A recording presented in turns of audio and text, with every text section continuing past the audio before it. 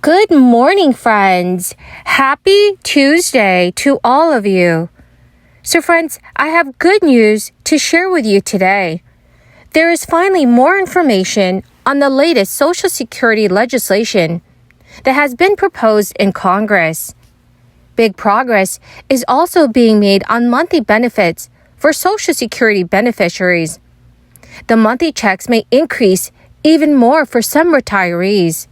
Friends, please do me a favor and make sure that you watch until the end of this video, especially if you are a Social Security recipient. Also, I will be giving away a $50 Walmart gift card every day this month of December. If you would like to enter these giveaways, please click and like several of my videos and then comment below the keyword of each video that you watch. My friends, the more videos that you comment on, the more likely your chances of winning these giveaways. As millions of Americans would no doubt mark January 1st, 2023 with resolutions for the year ahead, and the federal government main social welfare safety net will be undergoing changes too. The news is mostly good for those already receiving money from the program. The most impactful change in 2023 is the 8.7% cost of living adjustment, also known as COLA.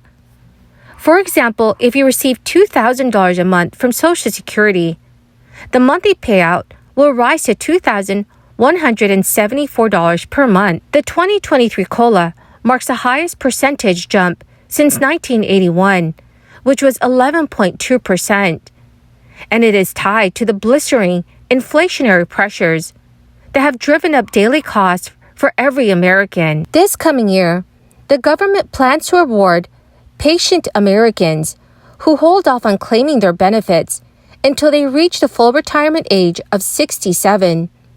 So on average, beneficiaries who didn't wait until the full retirement age will see their checks increase by about $140 a month next year. But those hold off on claiming their benefits until age 67 will see their monthly checks go up by $282 to $3,627 a month. The Social Security Administration has tied its cost of living increases to the Consumer Price Index.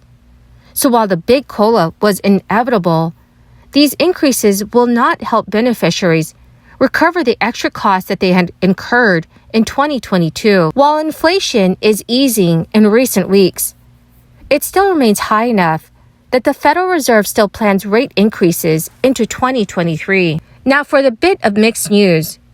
Because Social Security gets more of its money from payroll taxes, the program will dig deeper into paychecks of high earners.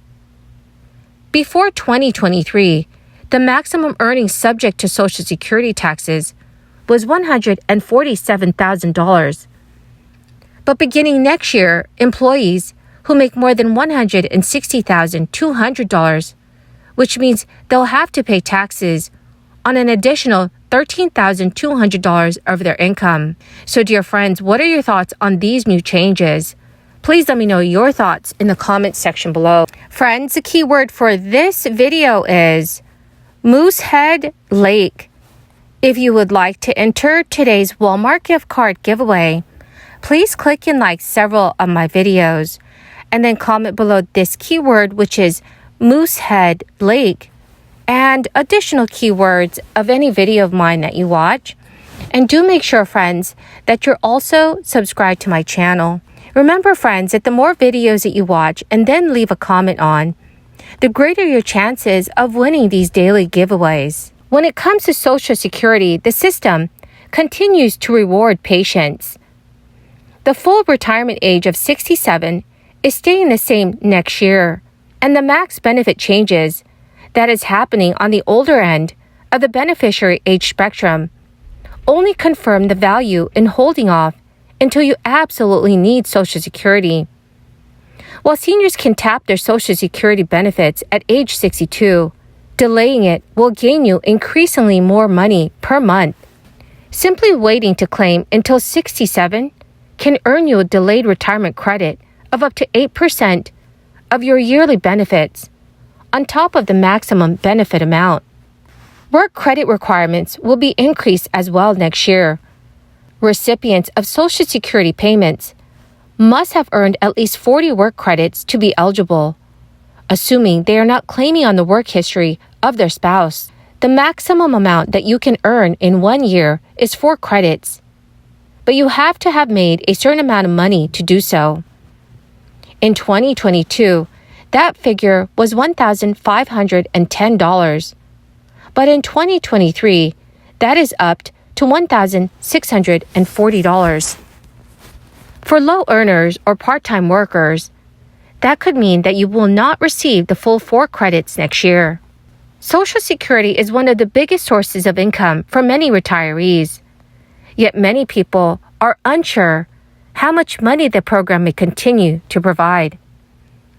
According to Nationwide Retirement Institute, which is a recent survey, found 70% of consumers across all generations worry that Social Security will run out in their lifetime. The annual Social Security Trustees Report projected a new depletion date of 2035 for the program's funds. Assuming Congress takes no action in the intervening years, and at that time only 80% of benefits will be payable. So dear friends, what are your thoughts on this? Please let me know if you're concerned about Social Security. Well, my amazing and most beautiful friends, that is the end of my daily stimulus update video for this Tuesday morning. Thank you, my dear friends, for joining me here every day and watching all of the new videos that I post. I want you all to know that I greatly appreciate every single one of you. Friends, I'll be announcing a new winner in a video later today. So please make sure that you enter as many keywords in the comment section below of any video of mine that you watch, and do stay tuned for that video. Thank you and have a wonderful and blessed day. 3 components: goods, housing, and services other than housing. And the chairman acknowledged that housing services inflation, which measures the rise of all rents and rental equivalent cost of an owner-occupied housing, and in my view over the last particularly 2 years of this intense 40-year inflation, it's way understated the consumer price index. As many of you know, 30% of the CPI and 40% of the CPI are based on both rental and housing. And Madam Chair, Mr. Chair, I'd like to put in the record the core PCI inflation index. Without objection. Thank you, my friend. Mr. Holtz-Eakin, would you agree that the method of calculating owner-occupied housing lags the market and understates the full picture of just how much housing prices and rents have gone up? We heard one of our witnesses talk about 22% rent increases. Is it understated, Doug? Yes. Yeah, the imputed piece is understated. It lags the market.